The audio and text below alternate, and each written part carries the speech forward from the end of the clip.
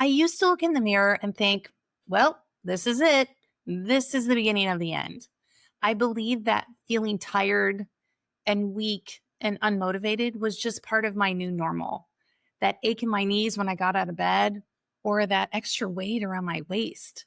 Or what about that mental fog that rolled in after every single afternoon? I just thought it was the price of admission for being over 50. But what if I told you that's a lie? A story we've been sold that midlife is just the start of this long, slow, unavoidable decline. What if feeling good, and I mean really good, wasn't a thing of the past? Well, welcome back to the Menopause Method. My name is Cam Allen, and I'm very excited to share with you this. I figured out a simple 3-step approach that didn't stop me from sliding backwards. It actually helped me feel stronger, sharper, and more energetic than I did in my 40s. So stick with me because I'm going to share the exact approach with you today. And it's way simpler than you think. Let's be honest for a second. Midlife can feel like a total betrayal. The body that used to bounce back, that could handle the late nights and the bad food, suddenly feels like it's working against you. And believe me, you're not imagining it. Our bodies are going through some major shifts in midlife. Our hormones change, which changes our metabolism. And it's like the furnace that was burning calories inside of us just doesn't run as hot anymore. On top of that, the risk for chronic stuff like heart disease and diabetes starts to creep up in midlife. I remember the feeling so clearly that it wasn't just one big thing. It was a slow, quiet theft of my vitality. It was like having a slow leak in a tire. You didn't notice it day to day, but eventually that warning light inside of your car comes on and you look down and you're completely running flat. Also, I was caught in the sandwich generation, squeezed between taking care of my aging parents and my own kids. And my health was like the pot left simmering on the back burner, completely forgotten until it boiled over. The most dangerous part of this is how quietly we accept this.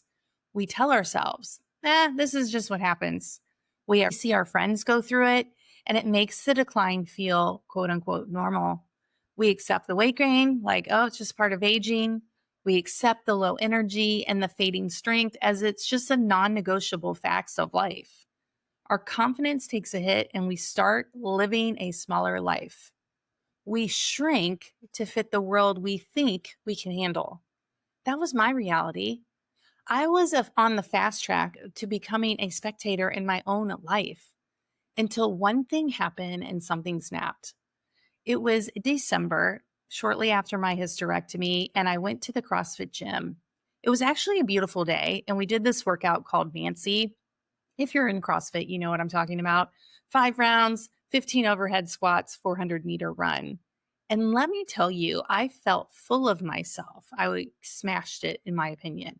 I was like, this hysterectomy menopause thing's no big deal. I'll be fine.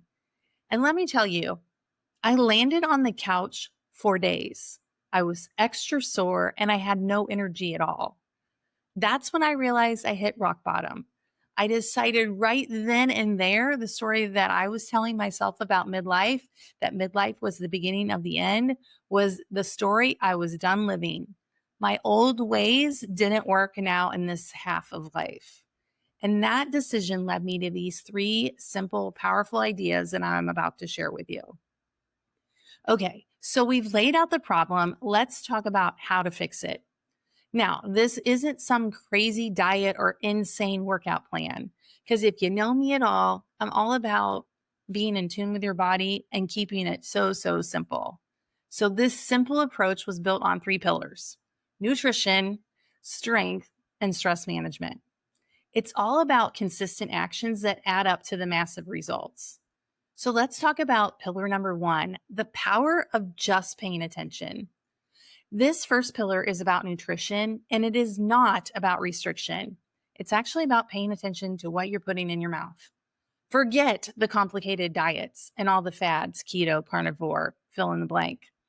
The single most powerful thing you can do for yourself is start a food log.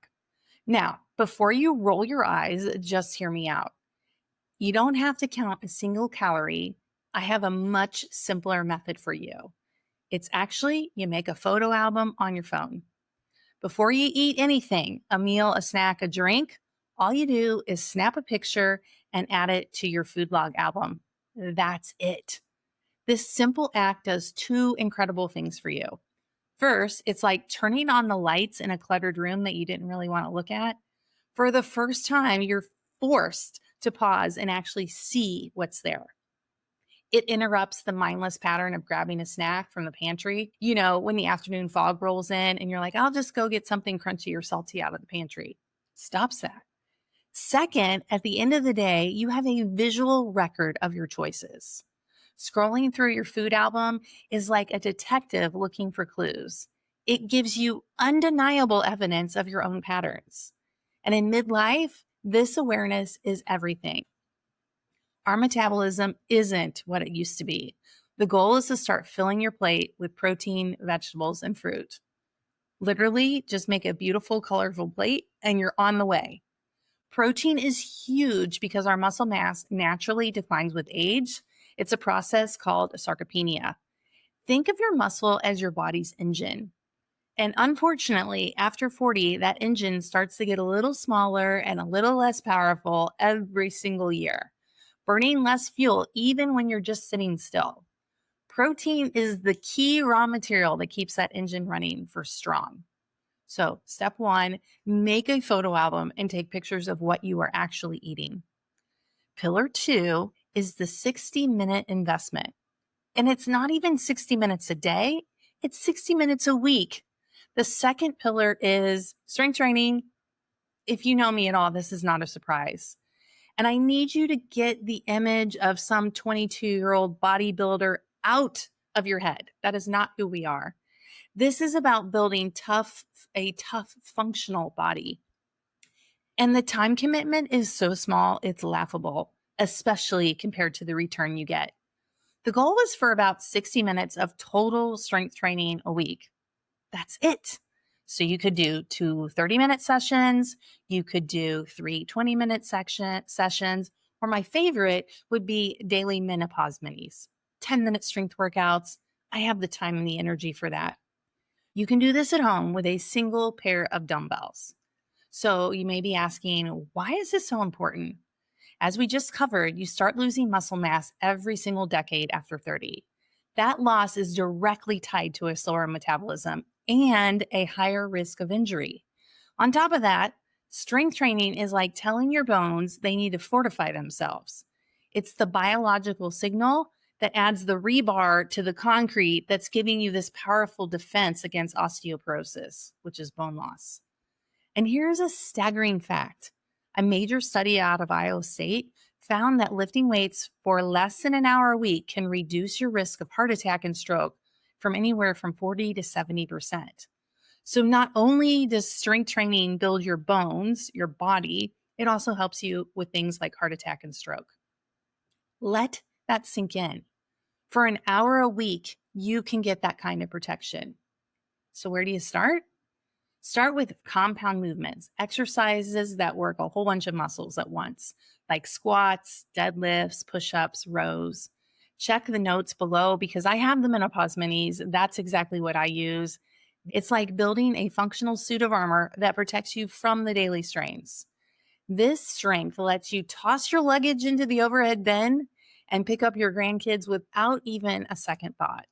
It's about making sure your health span actually matches your lifespan. So pillar number 3 has to do with stress management. It is your resilience toolkit. This third and final pillar is one that most of us completely ignore, and it has to do with stress. We wear stress like a badge of honor. I know I did through my 30s and my 40s, but chronic stress is like driving your car with the check engine light on constantly. A short burst is fine of stress, but over time, the critical parts start to wear down and they break. It wrecks your sleep, it messes with your hormones, it contributes to weight gain, and it is a major cause of heart disease. So the key is not to eliminate stress because honestly, that's impossible. It's about having a toolkit to manage it. So think of these as your personal pressure release valves. Here are some of my favorites. The first one is breathing. I actually learned how to breathe at probably age 42 when I was visiting the chiropractor because my shoulder and neck hurt when I started lifting weights. He taught me how to breathe through my abdomen, through my whole entire torso. I feel like I was breathing through my right shoulder for years and years and years. So when you feel that wave of stress coming on, stop for a minute. You got this. Inhale slowly through your nose for a count of like 4. Inhale a little extra through your nose. Hold it for 4. And then exhale slowly through your mouth for 6. This is called the physiological sigh, and it is like the reset button for your nervous system. You can do this anywhere at any time to calm it down. So again, inhale with through your nose, inhale a little extra, hold, and then exhale completely. That breathing, that process of breathing turns on something called your vagus nerve, and it turns on your parasympathetic, which is the calm side of your nervous system. It is so easy. So that's the physiological side. Another favorite breathing of mine is box breathing. So if you're a visual person, which most people are, I want you to imagine a square, and I want you to inhale for 4 on one side of the square, hold for 4 on the second side, exhale for longer on the third side, and then hold the exhale on the fourth side. Between box breathing and the physiological side, you've got some tools in your tool chest to instantly calm your body. My second favorite tool is called progressive muscle relaxation. Stress makes us tense our muscles without even knowing it. Like right now, pull those shoulders away from your ears. Make sure there's lots of space there. It seems like me when I'm stressed out, my right shoulder hikes up to my ear. So you don't even know what's happening. So this method is methodically finding and loosening every single over-tightened bolt on a machine.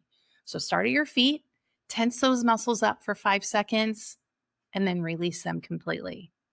Work your way all the way up the body. This teaches you the difference between tense and relax. I can't wait for you to give it a try. It's amazing. The third tool in your tool chest is taking short breaks. Our brains and our bodies are like high performance engines, and they were not built to run on idle at a desk for 8 hours straight. We need to move. So set a timer, get up and walk every, 5 minutes every hour. For me, I like to go outside, I listen to nature. A short walk is enough to break up that stress cycle and get your head back in the game. These are simple practices that build your resilience and let you handle life's pressure without letting them tear down your health. This 3-part approach honestly has changed everything for me and for my clients. It took me from feeling like I was on the decline to feeling stronger and more in control of my life than ever. But everyone's journey is different, and I'm curious to hear from you. What is your biggest health challenge right now? What are you facing right now in midlife? Let me know in the comments below. Reading through what other people are experiencing is incredibly powerful when it reminds us that we are not going through this alone. So let's bring it all together. This is not a magic pill. It is a fundamental shift in how you look at your own well-being. First, it's nutrition awareness. Use a simple tool like a photo log to be your own detective of your own habits. It empowers you to make small, better choices. Second, foundational strength. Commit to 60 minutes of strength training a week. Think of it as tuning up your body's engine and reinforcing its frame for the long haul. And third, it's stress resilience. Build a toolkit of pressure relief valves like deep breathing, short breaks to manage stress before it starts to manage you. Look, the idea that midlife is the beginning of the end is just that. It is just a story. It's a story we've been told, but it doesn't have to be our story. You have the power to change the narrative. You can be stronger and have more energy and more full of life in your 40s, 50s, and beyond than you ever thought possible. It all begins with the belief that you are worth the effort, and it is built on the foundation of these simple, consistent actions. Thanks for sticking with me today. If this resonated with you at all, hit that subscribe button. I am dedicated to sharing practical, no nonsense strategies to help you thrive in midlife and beyond. Now go out there and start writing your own story, and I'll see you next week.